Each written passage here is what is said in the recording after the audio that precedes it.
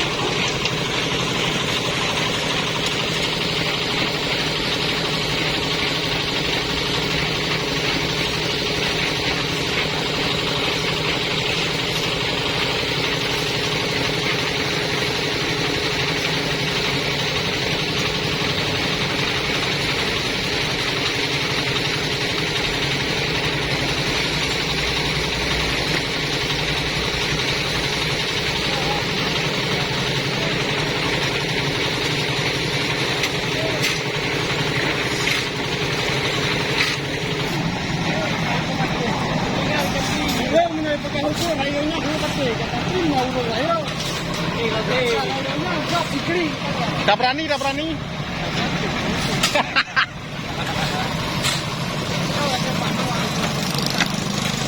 Ai cantiknya raya mami.